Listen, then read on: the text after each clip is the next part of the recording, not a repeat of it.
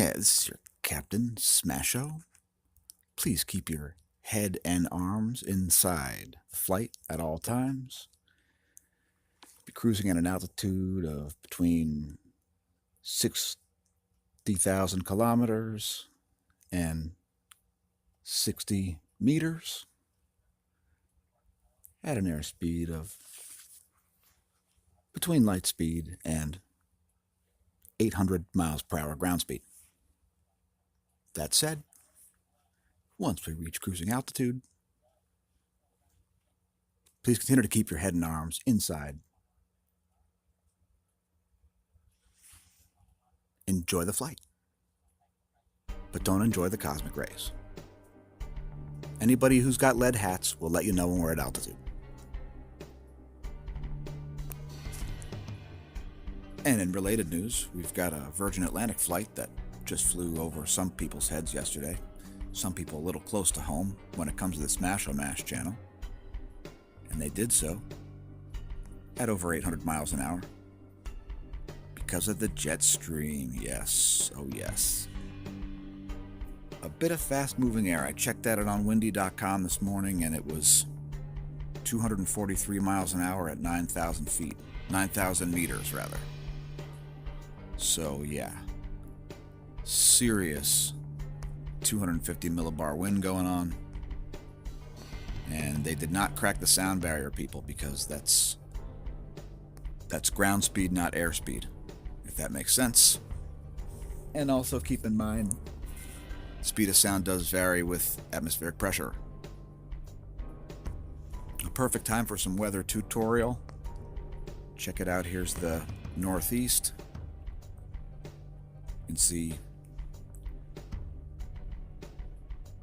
inundation, lots of ice across Virginia. And yeah, quite a bit of stuff going on.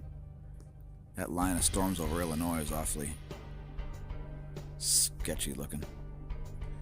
Alright, hang on. There's definitely some interesting data, folks. Stay tuned. So here we are on Tropical Tidbits, looking at the northern hemisphere, 250 millibar winds. And look at the wind speeds. We had a low right inside of those ultra-high winds. And today in Pennsylvania, we got inundated with a sudden snowstorm. There was an anticyclonic surface high pressure system with an upper level low right on top of it, trailing that 230 plus mile per hour wind. And that low just came down on top of us like a ton of bricks. I tried to drive someplace, and I knew it was going to start snowing. I saw some heavy bands coming in. I am a professional driver. I wasn't driving a 4x4 though, unfortunately. And man, oh man, I'll show you some clips. Warning, it includes insane singing. So here's a little video. It's like a minute long. Driving today after picking up some whole kernel corn for things like crow and deers. Yeah, deers. You can say it plural that way, I think, right? Deers, those things. And yeah, it gets pretty sketchy at the end. And then there's some celebratory singing.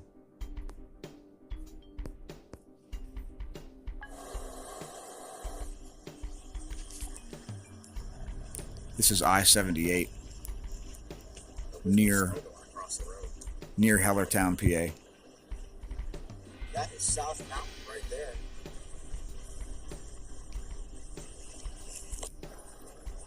How about a little second gear on I-78 at 15 miles an hour? Woo! We're gonna make it. No worries. And the final and most important stop, oh yeah, the beer run. Son of a bitch, I didn't know if we were gonna make it. Just kidding, I knew we were gonna make it. It's the final hill climb. It's now been descended.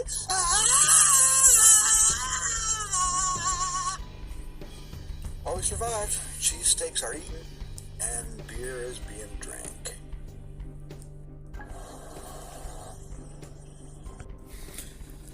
So again, there's the northeast radar. We got ice headed our way, and it's a perfect opportunity to look at the water vapor. Anyway, there's the water vapor map. That storm came down like a ton of bricks. That was a weird vertical atmospheric compression. I mean, you had a low right on top of an anticyclonic clockwise rotating thing. I was going to take a video of it. Didn't get a chance to get an eclipse of that, but guess what? It's gone now. It was like 2 counter-rotating areas. So, in any case, got some crazy Hall current style lines there, perpendicular to the motion of the water vapor, which we see all the time. And also I'd note that there is dry, massive air kind of in control here again, deciding where the moisture is headed. So the Northeast, you've got quite a bit more storm on the way, and for instance, in eastern Pennsylvania, we're not predicting it to stop snowing until around midnight. On a related note, let's look at the cosmic rays. By the way, this site that has the links was down earlier, and then it was very slow. Hopefully they were just doing a server reboot, but we see the anomalies at Athens continue. Check it out. The highest reading they've had for a solid month. Mexico City also had a month high couple of spikes there in the past 2 days. Moscow also showing the highest spike on the chart in the past 2 days. That's highest on the entire chart there. Oulu also showing the highest spike we've seen in a month. So slow your roll, people. Take a deep breath. If you feel like you're going crazy, don't. Because this is the kind of stuff that actually does affect human health. Antarctica, DOMC, and DOMB all agree a spike in cosmic rays just occurred. If you're not familiar with the human health risk associated with cosmic ray flux, please do a search for it on duckduckgo.com. As it's a fairly well understood thing, there are tons of papers about it. It does increase the propensity for people to have things like mental breakdowns, strokes, heart attacks, cardiac arrhythmias, etc. Now, the GOES magnetometer has leveled out, it looks like, at under 150 nanotesla. We do see an increase in the KP index. And so, this period of KP0 apparently was accompanied by some cosmic rays. Electron flux looks like it's leveling out. Now, hopefully the risk for the cosmic rays is going to be going down a bit with a KP of 1. We do have some solar activity forecasted. The F2 layer looks normal. Auroras look normal. So yeah, we've had some interesting jet stream perturbations here over Pennsylvania. I mean, clearly, there's the animation of that. Let's see if I can actually get it to play. You see those extremely high pressure gradients. Now, in this case, you can't really see the low that's underneath it. But man, actually, let's look at the windy app. Last we checked, those winds were up near Cape Cod. We'll see if they dissipated a little bit as a result of that low. They might have slowed down a bit. Let's see. Put it at 9,000 meters. Put down a marker.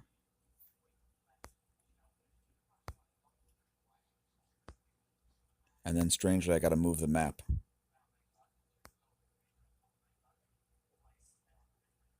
Still got about 230 mile per hour winds there, so. Although not doing European flights is much good, but I suppose North African flights it is. Here's the surface winds. They're finally starting to catch up, which means the atmosphere is going a little bit back into equilibrium. We do have a very strong low up here in the North Atlantic.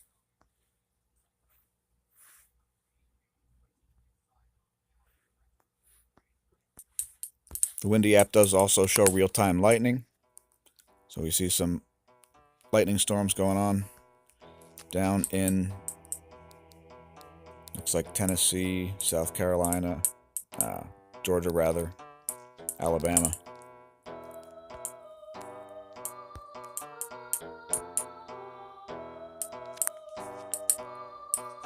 Believe it or not, these are quite real time. I'll show you another good one. By the way, this app is free at windy.com. And then here's another choice site for you, lightningmaps.org. We've actually used this to track lightning storms right by where we are, and you will actually be able to see the strikes before you hear the sound. It's quite amazing. Let's go down to Montgomery, Alabama.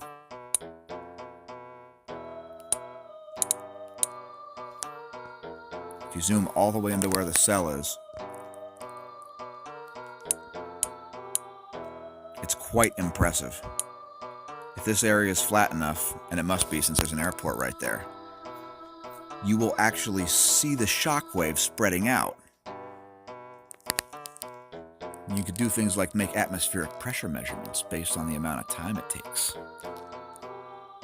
All right, that's too science nerdy. That's just science nerdy enough. I wouldn't want to be sitting on the runway with the lightning strike a quarter mile away. Let's see if there's anything going on with this plasma filament coming out of this area right here.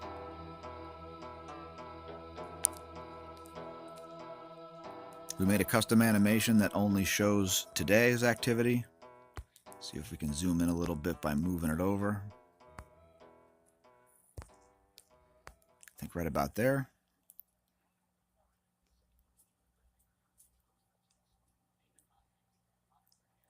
It looks like it kind of stayed attached and crashed back onto the sun.